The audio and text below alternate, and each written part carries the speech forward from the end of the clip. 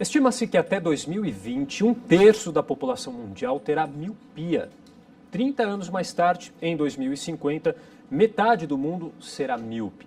A estimativa se aplica inclusive no Brasil, onde a prevalência vem crescendo e deve ultrapassar inclusive os casos dos Estados Unidos. E para falar sobre essa possível epidemia de miopia, conosco aqui no estúdio o oftalmologista do H-Olhos Paulista, o doutor Ibrahim Vieira. Doutor, obrigado pela gentileza de nos atender. Obrigado, eu que agradeço a oportunidade de falar da saúde ocular. Então vamos lá, existe de fato uma epidemia da miopia ou ainda é cedo para se tratar dessa maneira? Não, a epidemia é algo inegável, né? O aumento do número de casos de miopia nos últimos 15, 20 anos foi exorbitante. Principalmente nos países do leste asiático, né? A China, Índia, o Japão, teve um aumento muito grande recentemente. E qual é o motivo disso? Então, existe uma certa divergência ainda sobre as causas.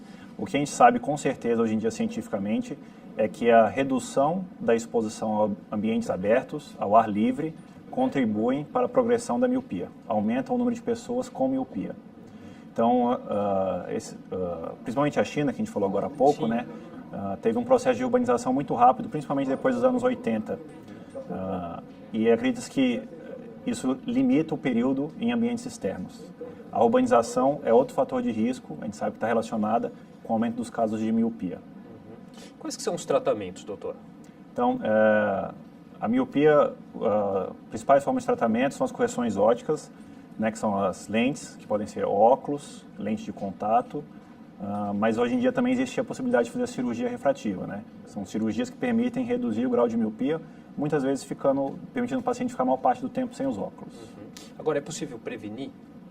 Então, como eu falei, a principal fator de risco, né, que a gente conhece, os fatores fechados, são os ambientes fechados, isso. E aí existe uma certa divergência sobre por que a falta de contato com o ambiente externo seria um fator de risco. Então, tem duas principais linhas.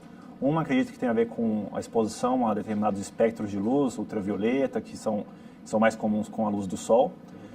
Existe uma outra linha também que acredita que possa estar relacionado a estímulos para a visão de perto. Então, uma das linhas acredita que o fato de a gente estar hoje em dia usando mais computador, usando mais tablet, celular e estimulando a visão de perto também seja um fator que contribui para a miopia, né? Agora, então, é uma questão um pouco inevitável, né? Hoje em dia todo mundo fica no computador ou no celular. Há um jeito de tentar conciliar essa questão? Então, o principal ponto tem que se expor aos ambientes externos. Então, principalmente para crianças, tá certo? Que é a principal faixa etária de risco. Então, crianças, a gente recomenda que elas tenham acesso a ambientes externos, preferencialmente diariamente, tá certo? Mas ao menos uma vez por semana. Então, poder ir no parque no final de semana e se conseguir restringir talvez um pouco o uso excessivo desses aparelhos para perto também seria um fator protetor.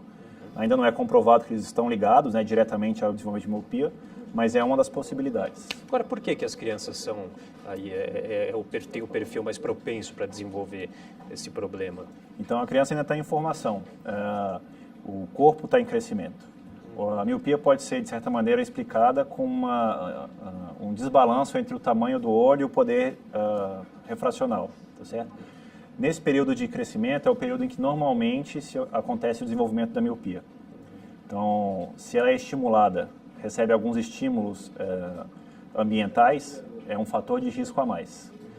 Pode acontecer em adultos também, se eles tiverem muita exposição ao fator de risco, se tiverem uma predisposição genética, a desenvolver miopia mesmo na fase adulta, mas é muito mais comum que isso aconteça em crianças e adolescentes.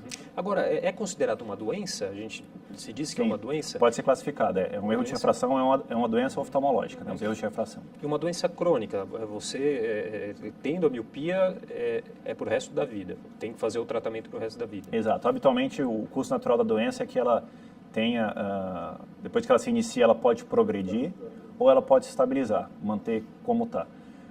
Então, essa questão também da exposição a ambientes externos, a gente sabe que alguns trabalhos demonstram que crianças que são expostas ao ambiente externo, mesmo que já tenham miopia, têm uma tendência a estabilizar esse grau.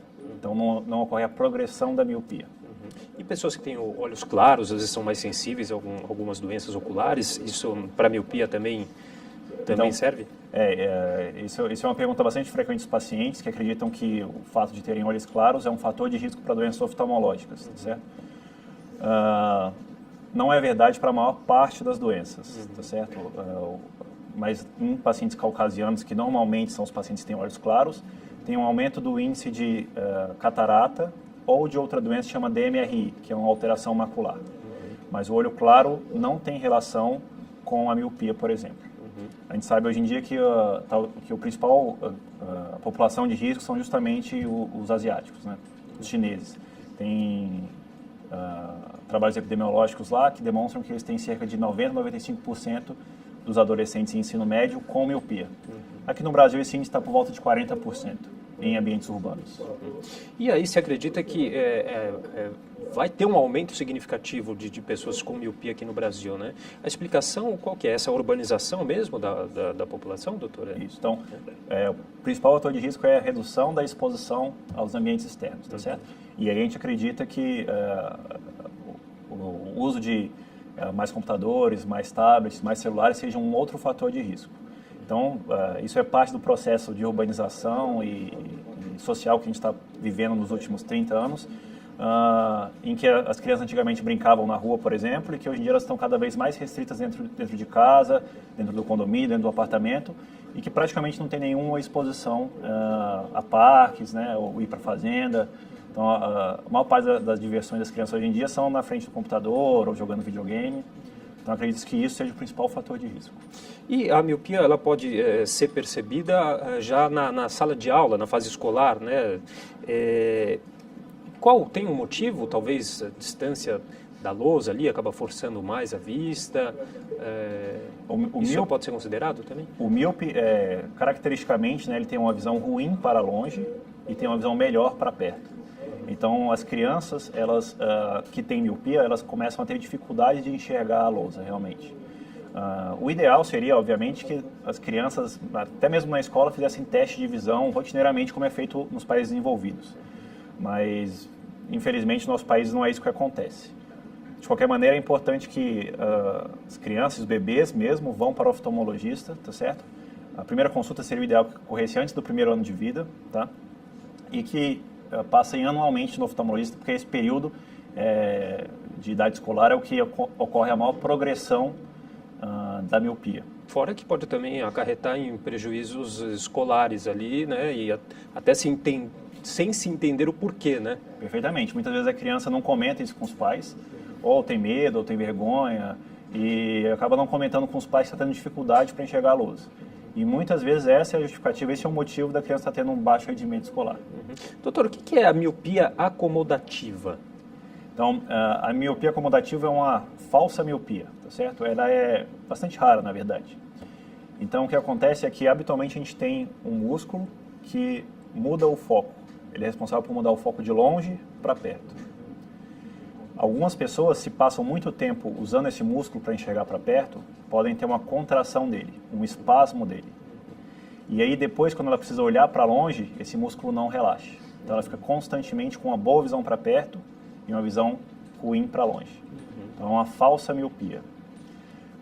Com o tempo, né, usando algumas medicações específicas, a gente consegue relaxar esse músculo de novo e o paciente mantém uma boa visão longe e perto. É muito comum em pacientes que ficam enxergando muito para perto, muito período prolongado para perto, mas também está relacionado com períodos de ansiedade, estresse. Então, uma população de grande risco aí são os vestibulandos, por exemplo. Entendi. Tá certo, doutor. Bom, muito obrigado pela participação aqui no jornal. Nada, eu que agradeço. Foi um prazer.